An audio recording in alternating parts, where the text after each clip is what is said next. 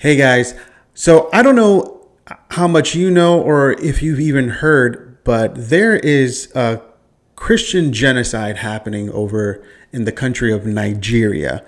So much that even our president Trump came out and talked about it a couple of days ago. And I have an article here from the BBC, and he said that he pledges to do things to Nigeria that Nigeria is not going to be happy about and go into that now disgraced country guns a-blazing. And so those are some words that he apparently said from a press conference. Again, I'm still learning. I'm still learning about this. And in today's society, you can read an article and it can just be a hit piece. Who knows? I'll definitely have to go and look more into it. But I've been hearing this and I have heard about this. I don't think the genocide aspect of this story is a fabrication. There are numbers that certain people, certain outlets are saying these numbers are inflated. According to the BBC, a group, the Boko Haram group, says that they have killed over 100,000 Christians since 2009, and they have burned 18,000 churches, which, if that's true, it's insane. But according to the government of Abuja, I hope I'm saying that right, they've pushed back on these claims, describing them as a gross misrepresentation of reality. It says that it did not deny, being the government, did not deny that there was deadly violence in the country, but officials said that terrorists attack all who reject their murderous ideology, Muslims, Christians, and those of no faith alike. And so I'm definitely interested in this story and wanting to learn more. But I think there's no doubt there's 100% Christian persecution that is happening over in the country of Nigeria. And I do believe there's just persecution and murder happening despite what one person might believe or not. And so I think for us, the question is how do we respond to this?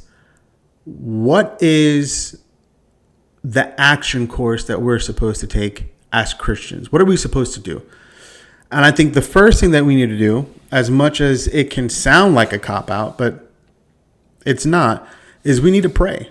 We need to be seeking God on behalf of those in Nigeria who are losing their life, and seeking God and asking for an intervention to happen, that there will be a cease of hostilities and whatever could happen that can lead to that can lead to just, hey, everybody just is going back and everything becomes peaceful. That needs to be our first response. We need to pray for the country of Nigeria. The second thing I believe that we need to do is we need to somehow act in a way that we can help support those over in the country. And I think as Christians, the first thing we should be doing is bringing attention to this to our church and to our church leaders. I'm sure there are churches out there who are already talking about this, but from what I see, I haven't really heard that many churches talking about this. I haven't heard anybody sounding the alarm.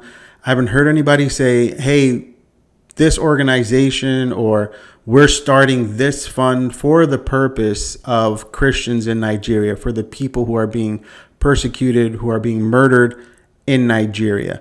And I think that's important. That's something that the church should definitely be involved in, especially when you're talking about a portion of these individuals being Christians.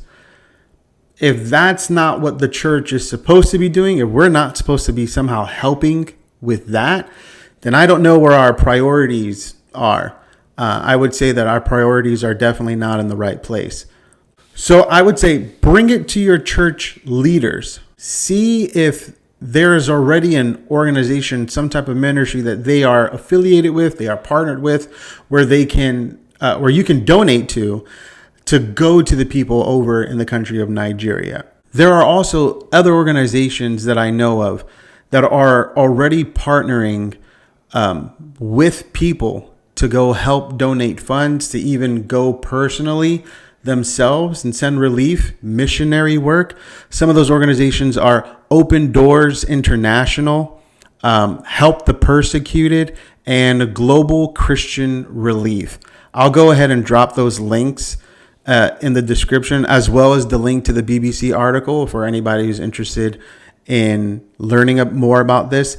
This is something that I'm interested in, that it is something that is on my heart, that I believe that we, as the church, specifically in America, because of the blessing that we live in, and I want to quickly just say this. There are people who believe, and you may even be one of them, who believe that our country right now is like terrible.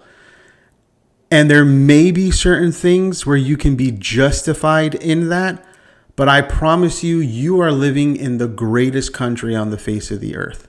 100%. We are so blessed with so much stuff that we, quite frankly, take things for granted and don't realize that there are so many outlets out there which we can give our time to, our money to, any other type of resources that actually go to make a difference in someone else's life. And so those are 3 outlets that we can just immediately partner with. Again, go to your local church, because I believe that your local church, whatever church you're a part of, should somehow be invested in what is happening over in Nigeria. And if they're not, I would say kind of press them on it.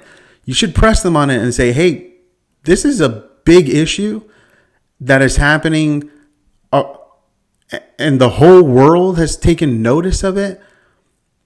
We should be responding to this, especially if Christians are over there being persecuted and martyred, families just being torn apart by what I would say is just straight up demonic activity. We should definitely, the church should definitely be involved. I'll drop those links below again, along with the article. I'll probably post more about this as I learn more. It looks like Trump said some crazy stuff over there. I'll probably go look up the video and see, is that what he really said? But it seems, at least from this article, that the government, Trump himself, is taking notice of what's happening over in Nigeria, because it's a real issue and it needs to be addressed. And so let's keep praying. Let's get involved, and knowing that God has everything under control.